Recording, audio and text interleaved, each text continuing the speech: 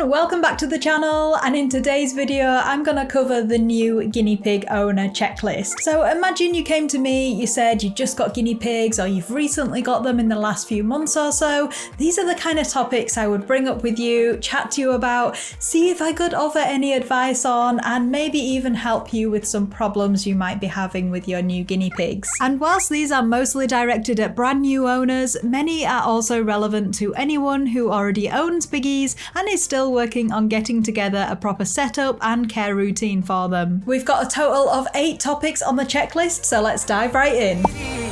First up, have you been told it's okay to just own one guinea pig? It is extremely common and I see it in the comments a lot. People saying, I've just bought my first piggy, should I get them a friend or is it too late? Well, the answer is yes, you definitely should, and no, it's never too late. Guinea pigs are so social. They need their own company, even if the pet store tries to say they can live on their own. If you've fallen into the trap of getting just one, then get them a friend. Guinea pigs can be introduced to new companions at any time in their lives. And if you're wondering about bonding, well, with baby guinea pigs it's usually very easy. With adults, you will need to bond them on neutral ground and have a backup plan in case they don't get along. And just because your single piggy didn't bond well with one or even 2 other guinea pigs, it doesn't mean there isn't a match out there for them somewhere. Piggies are like us. We're all individuals, and some other people we like, some we don't. So to help you find a good match, guinea pig rescues often run bonding sessions for lone piggies,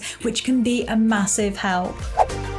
Next up, I'd ask, where are you keeping them? Are they indoors or outdoors? So here in the UK, hutchies are still very popular. You'll see them in almost every single pet shop, but there's so many reasons why guinea pigs are better off indoors. Firstly, you don't have to worry about temperature extremes because freezing and heat stroke do happen and are a real risk to anyone keeping their piggies and bunnies outside. There's also the predator risk, so animals such as foxes and even rats can target hutchies overnight.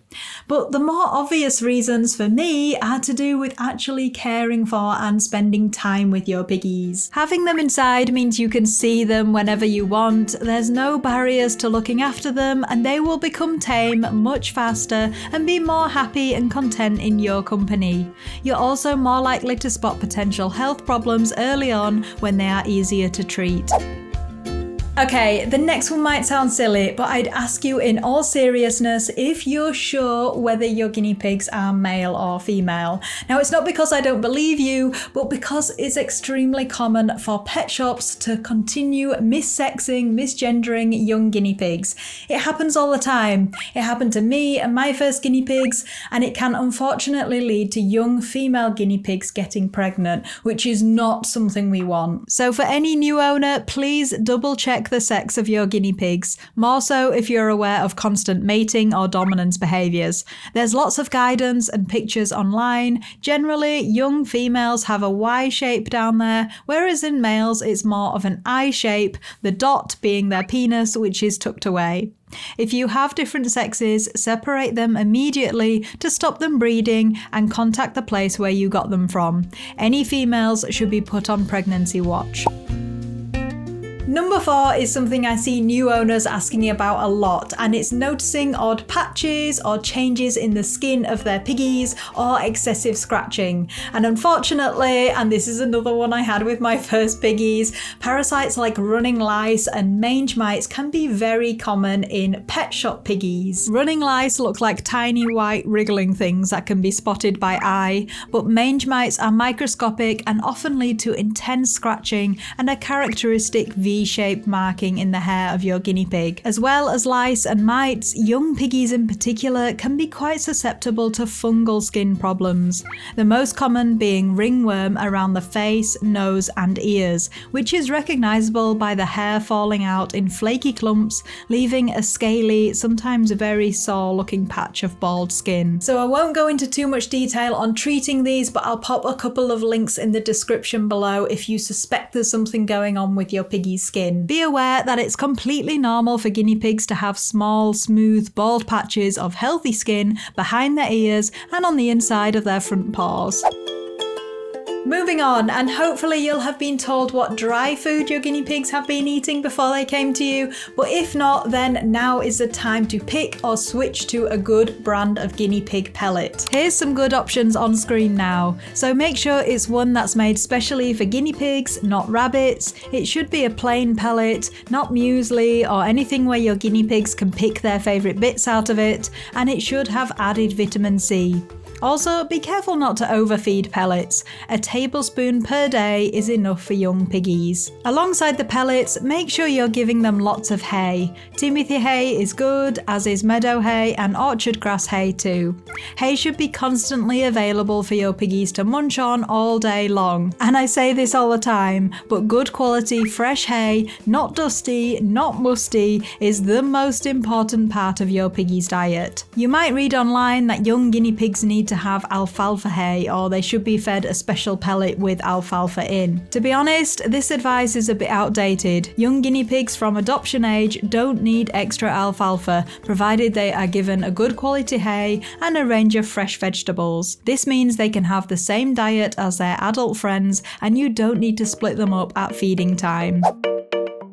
Whilst I'm here, I'm going to touch on fresh food too, but I will have a separate video on this as there's lots of overwhelming and confusing advice on the internet when it comes to veggies, herbs, and even forages. But the key things for new owners to understand is don't feed too many sugary foods like fruit and root vegetables, and same goes for high calcium foods like spinaches, cabbages, and parsley. For suitable daily veggies, some of our favourites are lettuces, just not iceberg, cucumber, celery, bell peppers of all colours, and coriander. Keep the portions small, 1 or 2 pieces of each every day or every other day is okay. And when there's fresh grass available, you can give this as well or instead of veggies on some days. With all fresh food though, grass included, take care not to give too much too often.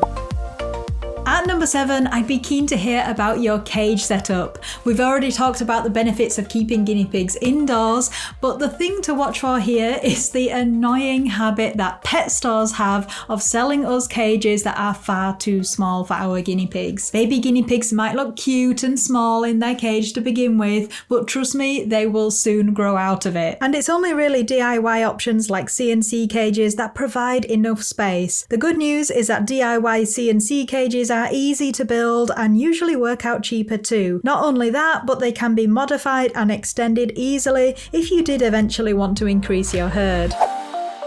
At number 8, we have a new habit that I'd highly recommend getting into for your piggies, and it's weighing them and keeping a record of their weight every week. Reason being is that piggies are remarkably good at hiding illnesses, and a sudden or gradual drop in weight can be the first sign that something is wrong. The earlier we can seek treatment, the better, which is why I also recommend getting them registered at a good vet as soon as possible. Guinea pigs are exotic pets, and a lot of normal vets don't have experience in treating them, especially for something that's more specific to just piggies, like bladder or tooth problems. So find out whether you've got any exotic vets in your area, and if you don't, then still do some investigating. Contact the normal vets to see whether they've got any vets working there with more of an interest in treating guinea pigs. Get them registered, and it's one less thing to think about when they do need vet care. I'd also recommend getting them insured or setting up a vet fund for them. So it can seem quite overwhelming being a new guinea pig owner, but if you've considered all the things on these checklists and thought about how you can improve on them, then you're well on your way to being a great owner. However, unfortunately, a combination of online and real life pet stores seem to be out to get us unsuspecting piggy owners, with a host of unsuitable and potentially dangerous products, many of which aren't as obvious as you might think. So that's why I'm going to pop this video up here for you to watch next on the things guinea pigs don't need. It's definitely worth a watch if you haven't seen it. Okay guys, that's all for today. So as ever, thank you so much for watching. I hope this video has helped. Let us know down in the comments below if it has, and we'll see you in the next one. Bye bye!